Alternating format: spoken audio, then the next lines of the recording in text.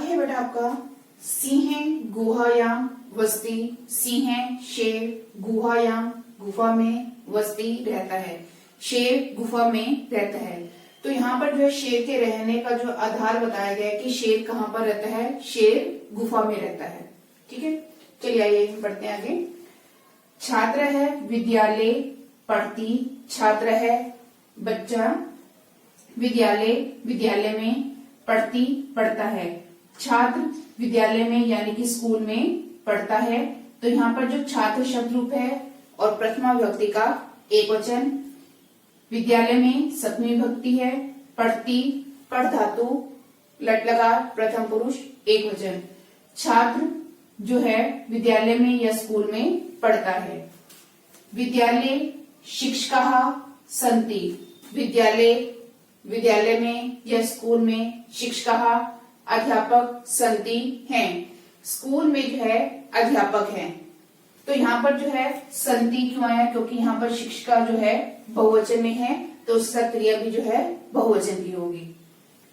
ते छात्रेषु स्नेहयति, यहाँ पर जो ये आपको दिया गया बेटा ये जो है स्नेहयति, जहां पर भी आपको वाक्य के अंदर जो है स्नेही शब्द मिल जाए वहां पर जो है सप्तमी विभक्ति का प्रयोग होता है। ते वे सब छात्रेषु बच्चों से स्नेहयति प्यार करते हैं, वे सब जो है छात्रों से प्यार करते हैं। विद्यालय में या स्कूल में, क्रीड़ा क्षेत्रम क्या होता है, क्रीड़ा यानी कि खेल का, क्षेत्रम मैदान, विद्यालय में या स्कूल में जो है खेल का मैदान अस्ति है। तो यहाँ पर क्या हो गया, विद्यालय में खेल का मैदान है, अस्ति में अस धातु है बेटा, और लट लकार हो गया इसमें प्रथम पुरुष एक वचन। बालकाः क्रीड़ा क्षेत्रे क्रीडन्ति, बालकाः बच्चे, क्रीड़ा क्षेत्रे खेल के मैदान में, क्रीडन्ति खेलते हैं। तो बच्चे कहाँ खेलते हैं, खेल के मैदान में खेलते हैं। तो खेल का जो ये मैदान है वो बच्चों के खेलने का क्या है, आधार है। ठीक है, क्रीडन्ति में क्या है बेटा, क्रीड धातु है, क्रीड का अर्थ होता है खेलना, तो इसमें प्रथम पुरुष और बहुवचन है, और लकार जो है इसमें लट लकार है। तो एक बार हम इसे दोबारा देखते हैं। छात्र स्कूल में पढ़ते हैं, विद्यालय में या स्कूल में अध्यापक हैं, वे सब छात्रों से प्यार करते हैं, विद्यालय में खेल का मैदान है, बच्चे खेल के मैदान में खेलते हैं। तो यहाँ पर जो है बेटा, यहाँ विद्यालय इसके अंदर सप्तमी विभक्ति का प्रयोग हुआ है। यहाँ पर भी जो है आपको विद्यालय में जो है बताया गया है कि इसके अंदर सप्तमी विभक्ति का प्रयोग है। छात्रेषु में भी सप्तमी विभक्ति, क्रीड़ा क्षेत्रे, और यहाँ पर जो है क्या है, यहाँ पर भी विद्यालय के अंदर सप्तमी विभक्ति का प्रयोग हुआ है। ठीक है, आगे है बेटा, अब है बेटा होगा आगे सिंह पुत्र वस्ती, सिंह शेर, पुत्र कहाँ, वस्ती रहता है, शेर कहाँ रहता है, सिंह गुहायाम वस्ती, सिंह शेर गुहायाम गुफा में वस्ती रहता है। तो यहाँ पर पहले क्या प्रश्न पूछा गया था कि शेर कहाँ रहता है, तो शेर गुफा में रहता है। तो यहाँ पर जो गुहायाम है, इस गुहायाम में क्या होगी आपकी बेटा, सप्तमी विभक्ति होगी, क्योंकि वो क्रिया का क्या है, आधार बन रहा है, और यहाँ पर क्रिया क्या है, क्रिया यहाँ पर आपकी वस्ती है, और वस का अर्थ होता है रहना। ठीक है, पशवः कस्मिन् वसन्ति, पशव है जानवर या पशु, कस्मिन किसमें, वसंती रहते हैं, पशु किसमें रहते हैं। तो यहाँ पर क्या है बेटा, यहाँ पर किम शब्द रूप है। ठीक है, और ये सप्तमी विभक्ति का क्या है, एक वचन है। पशु ये जानवर या पशु किसमें रहते हैं, तो उसका उत्तर क्या दिया गया है, ते वने वसंती, ते वे सब वने जंगल में, वसंती रहते हैं, वे सब जंगल में रहते हैं। तो पशु कहाँ रहते हैं, जंगल में, तो जंगल के अंदर जो है आपकी सप्तमी विभक्ति है।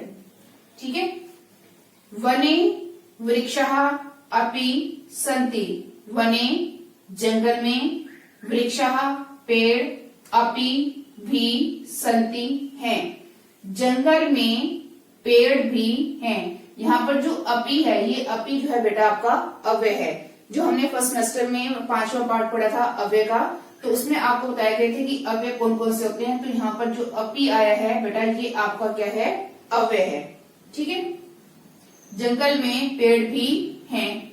वृक्षेषु फलानि सन्ति, वृक्षेषु पेड़ों पर, फलानि फल, सन्ति हैं, पेड़ों पर फल हैं। तो यहाँ पर जो है फल, जो क्रिया सन्ति, और यहाँ पर फल क्या है, जो इस क्रिया का, यानी कि पेड़ों पर क्या होते हैं, फल होते हैं।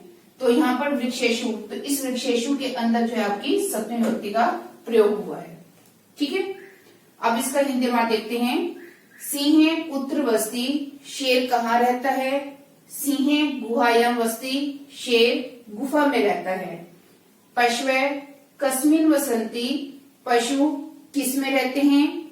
ते वने वसंती, वे सब जंगल में रहते हैं। वने वृक्षः अपि सन्ति, वने जंगल में पेड़ भी हैं। वृक्षेषु फलानि सन्ति, पेड़ों पर फल हैं। अगला है बेटा, उद्यानस्य मध्ये एकः तडागः अस्ति। उद्यानस्य बगीचे के, मध्य बीच में, एक तडागः तालाब, अस्ति है, बगीचे के बीच में एक तालाब है। तो यहाँ उद्यानस्य में क्या है बेटा, षष्ठी विभक्ति है। तो षष्ठी विभक्ति का भी ये क्या है, एक वचन है। बगीचे के बीच में एक तालाब है। तडागे जलम अस्ति, तडागे तालाब में, जलम पानी या जल, अस्ति है। आप देखते हो ना तालाब में क्या होता है, पानी होता है ना। तो इसमें क्या है, तडागे, तो तडागे तालाब में, तो यहाँ पर क्या है आपकी सप्तमी विभक्ति है। तालाब में जल है। तडागे मीनः तरन्ति, तडागे तालाब में, मीनः मछलियां, तरन्ति तैरती हैं, तालाब में मछलियां तैरती हैं। तो यहाँ पर जो है तरंती के अंदर क्या है आपकी बेटा, त्रि धातु है। त्रि, यहाँ पर जैसे ये लिखा जाता है बेटा त्रि, और इस त्रि का अर्थ होता है तैरना। ठीक है।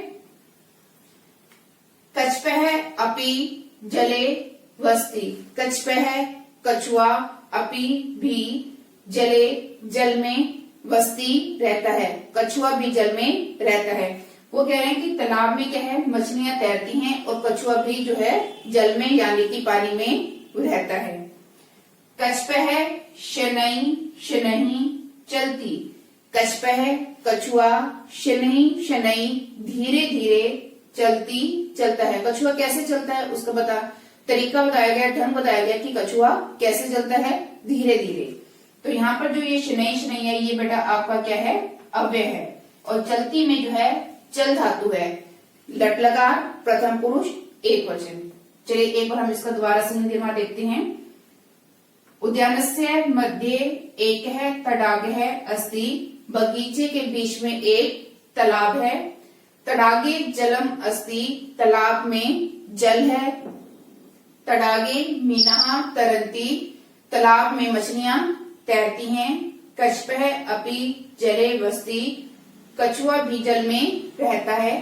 कच्छपः शनैः शनैः चलति, कछुआ धीरे धीरे चलता है। आशा करती हूँ बेटा आपको यह पाठ अच्छी प्रकार से समझ आ गया होगा। धन्यवाद।